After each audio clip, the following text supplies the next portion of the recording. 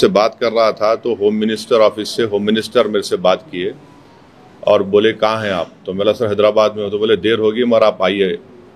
तो अभी अगर टिकट मिलेगा इंशाल्लाह, मैं बोला हूँ जो भी टिकट मिलेगा पहुँचेंगे और उसमें शिरकत करेंगे और अपनी बात को रखेंगे।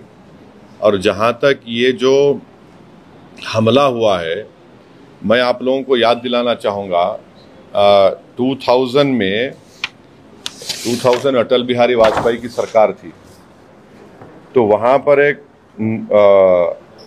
यात्रियों को मारा गया था, नुलवाल कैंप बोलते थे, उसी के नीचे 30 लोग मारे गए, यात्री मारे थे जब वाजपेयी वजीर आज़म थे। तो उसके बाद एक लेफ्टिनेंट जनरल JH मुखर्जी साहब की कमेटी बनाई गई थी, वो रिपोर्ट अब तक नहीं आई।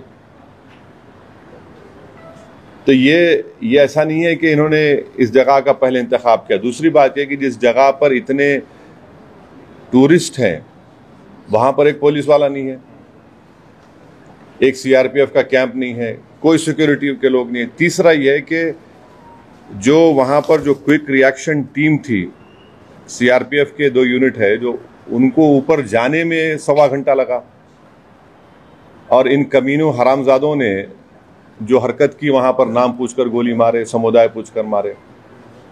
तो ये इसकी अकाउंटेबिलिटी तो होनी चाहिए। और यकीनन ये दहशतगर्द हमारे पड़ोसी मुल्क पाकिस्तान से आए, पाकिस्तान के ISI, पाकिस्तान के जो उनका इस्टेब्लिशमेंट है, उनकी पूरी तायद और पूरी सपोर्ट उनको हासिल है। चौथी बात यह है कि ये बॉर्डर कैसा क्रॉस करके आए, कौन जिम्मेदार है इसका? अगर वो पहलगाम तक आ गए तो श्रीनगर तक भी पहुंच सकते। कितनी दूर है श्रीनगर वहां पे लोगों के लिए? तो ये यकीनन अकाउंटेबिलिटी फिक्स होनी चाहिए और इन जालिमों से, इन कमीनों से जिन्होंने जिन 26 लोगों की जानें ली हैं, उनसे इंसाफ उसी वक्त होगा जब अकाउंटेबिलिटी भी फिक्स होगी और इन लोगों को कैफर किरदार तक पहुंचाएंगे, इन दहशतगर्दों को। और उम्मीद करते कि हमारी हुकूमत इन लोगों का ताक़ुब करेगी, इन लोगों को जो मरने वाले परिवारों हैं उनसे इंसाफ उसी वक्त होगा जब अकाउंटेबिलिटी फिक्स होगी। और ये दहशतगर्द ये जो जालिमाना और बिल्कुल ही घटिया किस्म की, माने हैवानियत से बदतरीन हरकत उन्होंने की, इसका हम कंडेम करते हैं। छठी बात यह है कि अंग्रेजी का एक बहुत बड़ा अखबार है टाइम्स ऑफ इंडिया। मैं समझ नहीं पा रहा हूं कि उन्होंने इस तरह की हेडलाइन कैसे कैरी की कि द कलमा सेव्ड देम। आप इस तरह की हेडलाइन कैसे लगाते, बताइए आप तो पूरे मुसलमानों को ही आप दोषी करार दे रहे हैं। भाई वो आतंकवादियों का कोई मजहब नहीं होता, वो दहशतगर्द हैं, वो तो ISI की ISIS की आइडियोलॉजी में चलने वाले कुत्ते हैं ये लोग। इतना बड़ा अंग्रेजी अखबार, द कलमा saved them, what is this? भाई कितने जो कश्मीर में जितने आतंकवादियों ने सबसे ज्यादा मारा, वहां के कश्मीरी मुसलमानों को मारा, सबसे ज्यादा मरने वाले वो है वहां पे। तो उसके बारे में क्या बोलेंगे आप? ये तो एक आइडियोलॉजी है ना, ये तो टेररिज्म की एक आइडियोलॉजी है। तो बड़ी अफसोस की बात है कि इतना बड़ा अंग्रेजी का अखबार होकर आप इस तरह की हेडलाइन कैरी करते हैं, द कलमा सेव्ड देम और द कलमा was the difference. You cannot carry such headlines. You cannot generalize the whole great religion of Islam.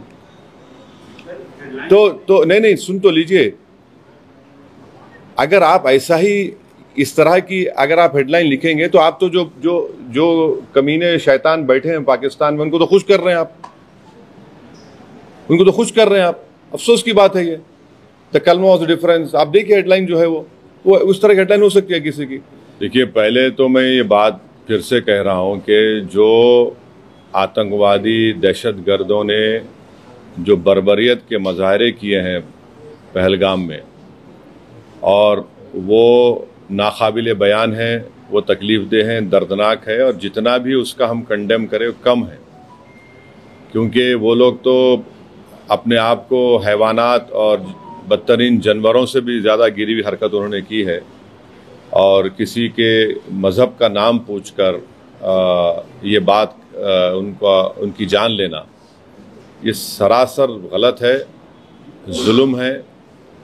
और हम उम्मीद करते हैं कि इंशाअल्लाह ताला अल्लाह सुब्हानहू व तआला उनको दुनिया में भी और आखिरत में भी उन दहशतगर्दों को सख्त अजाब से नवाजेगा और उनके ऊपर जो लोग बैठे हुए हैं वो भी तबाह बर्बाद होंगे। दूसरी बात यह है कि जो ऑल पार्टी मीटिंग का है, कल मैंने खुद जनाब किरण रिजिजू साहब से बात की थी, तो उन्होंने कहा कि हम लोग सोच रहे हैं कि उन पार्टीज को बुलाया जाए जिनके 5 MPs हैं या 10 MP हैं, वरना मीटिंग लंबी हो जाती। तो बोला हम छोटे पार्टीज को बुला लीजिए, तो वो मजाक करे, अरे तुम्हारी आवाज़ तो बड़ी ऊंची है।